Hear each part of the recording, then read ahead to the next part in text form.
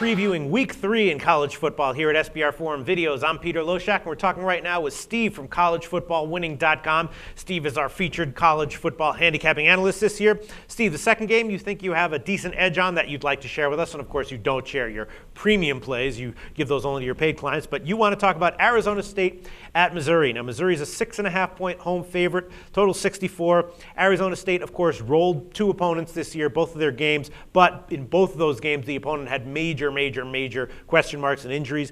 Missouri, they lost badly to Georgia last week, but that, in my mind, is a little bit forgivable. I like Georgia, along with Doug Upstone.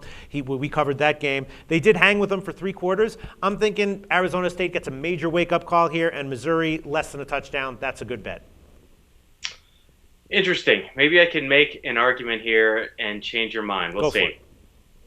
Missouri, as you know, poured everything into their first SEC home game ever last week. That not only was emotionally taxing for everyone involved, but it was physically taxing for them. Last year, these two teams played, and they played in Tempe, Arizona. Arizona won the game in overtime by a touchdown. That was when Henry Josie, running back from Mizzou, ran for over 10 yards a carry. Mizzou has no one like that this year.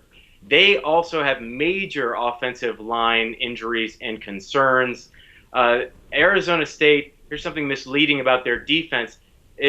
According to the numbers, it looks like they only return 4 defensive starters from last year. But 10 of the 11 defensive starters are upperclassmen, and they're getting back linebacker Brandon McGee, who missed last game against Illinois and missed all of last season. In season 2010, he was the second leading tackler on the team, second only to Vontaze Burfict, who you know is just a madman at linebacker. They're also getting back a massive nose tackle, who I consider critical in this matchup and for running their 3-3-5 defensive scheme. After this game, Arizona State gets to go home and face Utah, while Missouri gets to go on the road in the SEC again and face South Carolina. Life does not get easier for them.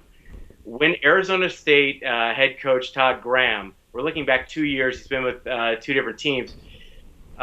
Looking back 2 years, when he's on the road and getting more than a field goal, when his teams are on the road getting more than a field goal, his teams are 5-1 against the spread.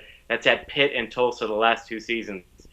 Here at collegefootballwinning.com, we use a number of metrics to determine line value.